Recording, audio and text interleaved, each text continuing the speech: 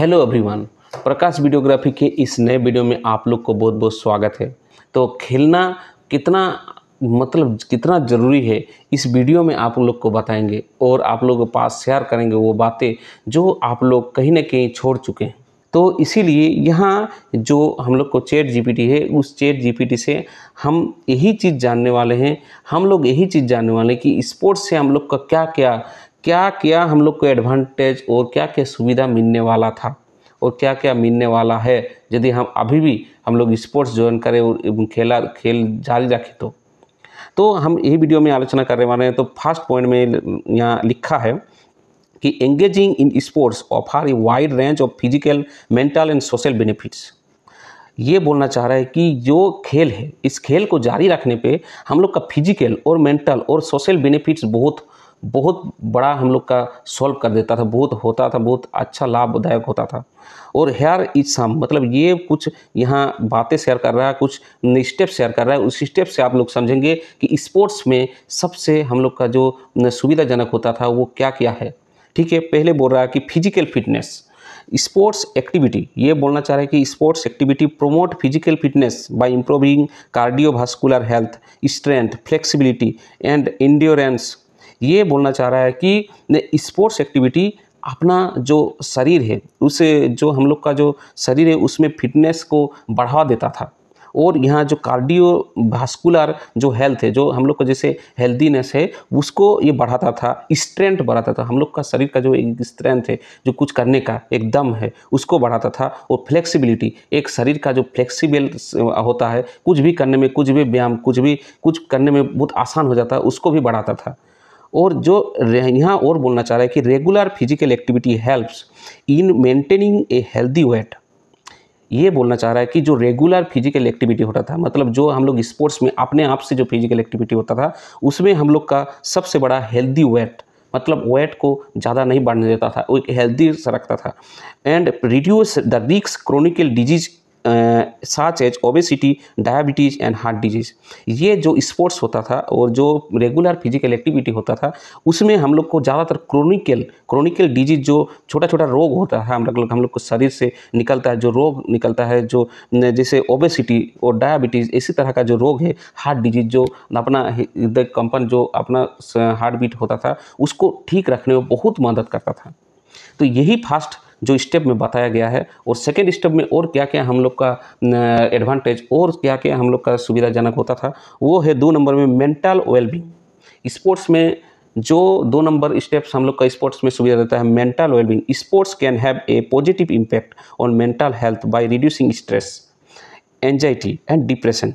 हम लोग का स्पोर्ट्स में जो पॉजिटिव इम्पैक्ट होता था, जो पॉजिटिव मतलब कुछ ऐसा चीज़ होता था हम लोग माइंड में, मतलब जो पॉजिटिव एनर्जी आता था, उस पॉजिटिव एनर्जी में हम लोग का जो स्ट्रेस है, जो सारा दिन का जो टेंशन है, वो ज़्यादातर दूर हो जाता था। और 2 नंबर है एंजाइटी का जो प्रॉब्लम होता है, जो एक तरह का जो एंजाइटी का रोग टाइप का छोटा सा होता है, वो कभी नहीं होता था। और डिप्रेशन में सभी आदमी जो सोचते सोचते पूरा दिमाग ख़राब हो जाता है, वो भी नहीं होने देता था, मतलब सोच को कम कर देता था। और बोल रहा है कि physical activity simulates the production of endorphins which is natural mood filter. बोल रहा है कि ये मूड को चेंज करने में मतलब सबसे ज़्यादा एनर्जी देता था।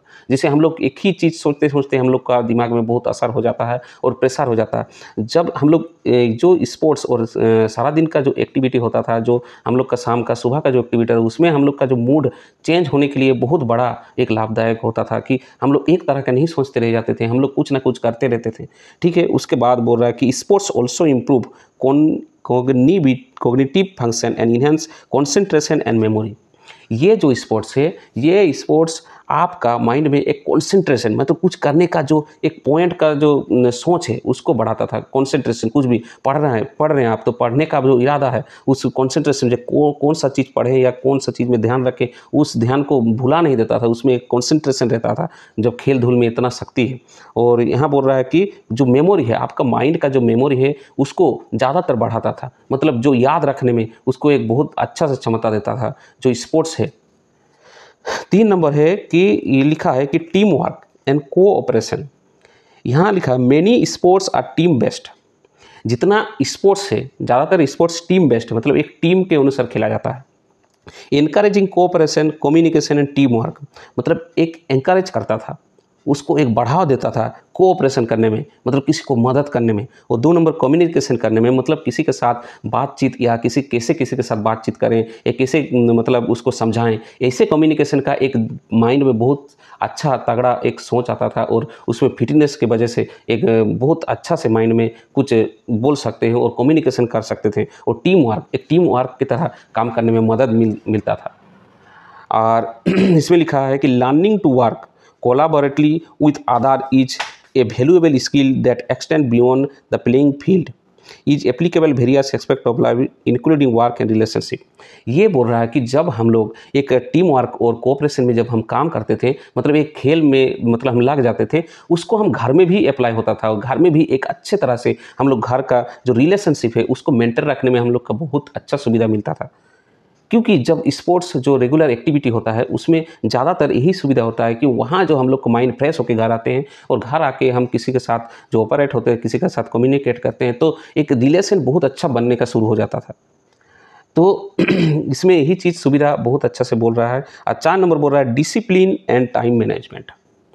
इसमें बोल रहा है engaging in sports require commitment. इसमें कमिटमेंट लेने का, बट कमिटमेंट क्या, हम जीत के दिखाएंगे, हम उस चीज़ करके दिखाएंगे, ऐसा कमिटमेंट मतलब लेने के लिए आग्रह देता था खेल में। 2 नंबर डिसिप्लिन, एक डिसिप्लिन में रहने के लिए, एक नियम के अनुसार हम चलेंगे कि नहीं है इस नियम से हम लोग खेलेंगे, इस नियम से खेलेंगे, मतलब एक नियम सिखाता था, एक रूल सिखाता था। उसके बाद टाइम मैनेजमेंट, एक टाइम मैनेजमेंट करने का एक सही प्रक्रिया सिखाता था। हम लोग का जो स्पोर्ट्स था, जब हम लोग खेलते थे, अभी भी ये जब खेल आप अपने खेल को जब बढ़ावा देंगे, ये चीज़ आपको बहुत अच्छा सुविधा देगा, और आप बहुत माइंड में बहुत फ्री रहने वाले हैं, बहुत अच्छा रहने वाले हैं। आपका फिटनेस ही नहीं, आपका बहुत कुछ चेंज हो रहा है। देखिए जो लिख रहा है इसको अच्छे से सुनिए, क्या और बोलना चाह रहा है। इसमें बोल चाह रहा है कि टाइम मैनेजमेंट, सबसे ज़्यादा एक टाइम मैनेजमेंट करने का बहुत अच्छा सॉल्यूशन ये खोजता था। जैसे कि इतना टाइम से इतना टाइम हम लोग खेलेंगे, इतना टाइम से हम लोग छुट्टी करेंगे, तो एक इतना टाइम पे ये खेल है, इसको यहीं पर बंद करेंगे, मतलब खेल के अनुसार जो घर का और अपना बिजनेस का और अपना काम का, पढ़ाई का एक टाइम मैनेजमेंट आप मतलब आदत हो जाता था खेलते खेलते। Athletes learn to balance their training scheduled and other responsibility teaching them valuable organization skill. जो एथलीट होता है, जो एथलीट है, उस एथलीट में बैलेंस ट्रेनिंग का जो शेड्यूल है, ट्रेनिंग का जो शेड्यूल है, उन जो एथलीट है, जो खेल धूल में सबसे माहिर है, उसको एथलीट बोला जाता है। जो एथलीट है वो मतलब एक बैलेंस रखता था ट्रेनिंग में, जो शेड्यूल है, ट्रेनिंग शेड्यूल है, जो कब ट्रेनिंग है, कौन टाइम में ट्रेनिंग है, उसका शेड्यूल रखने में और रिस्पॉन्सिबिलिटी क्रिएट करने में मदद करता था कि नहीं हमको वो चीज़ करना है, इतना टाइम में हमको जाना है, वो चीज़ हमको कंप्लीट करना है, उसके रिस्पॉन्सिबिलिटी निभाने में बहुत अच्छा से मदद करता था। और जो जब वो लोग वैल्यूएबल, यहाँ बोलना चाह रहे देम वैल्यूएबल ऑर्गेनाइजेशन स्किल, जब एथलीट जब खेल में माहिर हो और खेल में रहते हुए जब दूसरा ऑर्गेनाइजेशन स्किल जाए, तो उसमें एक नया स्किल, नया कुछ सीख सके और उसमें से कुछ अच्छा चीज़ लोगों को बता सकें। और जो 6 नंबर है सोशल इंटरेक्शन। सोशल इंटरेक्शन इसमें बोल रहा है कि sport provide opportunity for social interaction. मतलब स्पोर्ट्स एक ऐसा चीज़ नहीं है जो सिर्फ फिटनेस का ही, ये बोल रहा है कि social interaction enabling individual to make new friends, build network and develop social skill, participating in team sports foster sense and camaraderies and belongings. ये जो चीज़ बोलना चाह रहा है कि ये नया फ्रेंड क्रिएट करने में, जो कोई भी खेल है उसमें एक नया फ्रेंड क्रिएट करने में बहुत अच्छा से मदद करता है। एक नेटवर्क बनाने में बोल रहा है, बिल्ड नेटवर्क्स, मतलब नेटवर्क्स, इसके साथ कांटेक्ट, इसके साथ कांटेक्ट, वहाँ जाएँ तो इसके साथ मिलेंगे, बहुत अच्छा आप कहीं भी चले जाइए आपका फ्रेंड मिल जाएगा और एक नेटवर्क बनते रहेगा। तो खेल में ऐसे ही एक सुविधा बहुत अच्छा देता है। ठीक है, उसके बाद डेवलप सोशल स्किल, जो सोशल स्किल है, जो एक समाज का जो एक नया प्रक्रिया है, जो एक देश को कैसे आगे बढ़ाया जाए, ऐसे भी एक सोशल टाइप का स्किल भी आपका माइंड में घुसते रहता है और आप यही चीज़ में आप ऊपर उठते रहते हैं। ठीक है, 7 नंबर बोलना चाह रहा है हेल्दी लाइफस्टाइल हैबिट। जो involvement in sports often Leeds adopting healthier lifestyle choice including proper nutrition, regular exercise habit. ये जो खेल होता है इसमें रेगुलर जो एक्सरसाइज हैबिट होता है उसमें से आपको हेल्दियर, जो एडॉप्टिंग हेल्दियर, मतलब आपका शरीर पूरा हेल्दी हो जाता है और बहुत फिटनेस हो आ जाता है। ठीक है, 8 नंबर बोल चाह रहे लीडरशिप स्किल। यहाँ जो team sports in particular teach leadership skills decision making, इसमें सबसे बड़ा जो स्पोर्ट्स का सबसे बड़ी सुविधाजनक बात है वो डिसीजन मेकिंग का होता है कि एक डिसीजन ले सकते हैं अच्छा सा। और प्रॉब्लम सॉल्विंग, एक कुछ भी प्रॉब्लम हो उसको जल्दी से सॉल्व करने का एक इरादा आ जाता है जो स्पोर्ट्स है उसमें। Captain and team leaders learn to guide and motivate their teammates. Captain और team leader learn to guide मतलब जो टीममेट्स है उसका जो कैप्टन रहता है वो एक किसी को मोटिवेट करने के लिए सबसे आसान वो अपने आप को समझता है और किसी को भी मोटिवेट कर सकता है। ऐसा जो लीडर जो रहता है, जो कैप्टन रहता है, उसी का ये माइंड में धीरे धीरे सभी का कैप्टन होने का मौका मिलता है। सभी ये लीडरशिप के बारे में सीख सकते हैं। और 2 नंबर है जो किसी को भी मोटिवेट कर सकते हैं। और 9 नंबर में यहाँ दिया है goal setting. Athletes set goals for themselves, whether it improving their performance, winning a game, achieving a personal best. Goal setting is sports translate goal setting skill other areas of life। मतलब ये जो goal setting है मतलब एक achieve जो मतलब एक बोले लक्ष्य, ये लक्ष्य का एक सेटिंग का एथलीट का जो खुद से एक गोल सेटिंग, नहीं हम ये चीज़ करके रहेंगे, ऐसा ही चीज़ इम्प्रूविंग होता रहता है कि नहीं हम कर सकेंगे, नहीं हम कर सकेंगे। और उसमें से विनिंग, किसी भी गेम को हम जीतेंगे ही, जीत के दिखाएंगे, ऐसा आपका पूरा एनर्जी आ जाएगा। जो गेम आप इस स्पोर्ट्स में आप ज्वाइन करेंगे तब स्पोर्ट्स मतलब आप स्पोर्ट्स में इंटरेस्टेड है तो आपका गोल सेटिंग बोल रहा है। Translate goal setting skill of areas, बोल रहा है कहीं भी कुछ भी एरियाज में चले जाओ, सिर्फ खेल धूल के इस मैदान में नहीं, घर का कुछ भी आप बोल रहा है कि कुछ भी एरियाज ऑफ लाइफ मतलब लाइफ का कोई भी कहीं भी कुछ भी झमेला में फंस जाओ, उसमें से एक गोल रहेगा और आप उसमें से हासिल करके रहेंगे। और 10 नंबर में बोलना चाह रहा है कि इंजॉयमेंट एंड फन, जो स्पोर्ट्स में सबसे ज़्यादा सुविधाजनक लास्ट में दिया है ये है most importantly sports are enjoyable and fun. Sports में आप तो जानते होंगे कि सबसे ज़्यादा इंजॉय होता है और फन मतलब पूरा आनंददायक मजाक मस्ती होता है, उसमें कितना शरीर तंदुरुस्त रहता है। और उसमें से दोनों engaging in sports can provide sense of fulfilment and happiness. जो स्पोर्ट्स में ज्वाइन करता है, जो स्पोर्ट्स में रुचि रखता है, उसका सबसे बड़ा सुविधा होता है कि वो सेंस ऑफ फुलफिलमेंट मतलब एक जैसे कॉमन सेंस ऐसा टाइप का जो बात बोलता है लोग, मतलब कुछ भी बात को आप ऑब्जर्व करने में सबसे माहिर हो जाएंगे और उसको हराने में आप सबसे तेज हो जाएंगे। यही बोलना चाह रहा है कि सेंस ऑफ फुलफिलमेंट, किसी का बातों को समझने में कि आपका देरी नहीं होगा, मतलब आप उसका जवाब तुरंत से दे सकेंगे। और उसके बाद बोल रहा है making it rewarding and worth while activity, अपने आप को रिवार्डिंग और वर्थ वाइल एक्टिविटी मतलब खुद को एक स्टेज पर पहुंचा सकते हैं, अपने आप को रिवार्ड कर सकते हैं, मतलब एक प्राइज खुद को एक इम्प्रूव करने का मौका दे सकते हैं। तो यहाँ जो लास्ट में लिखा है कि overall participating in sports can lead to a healthier, happier, more fulfilling life.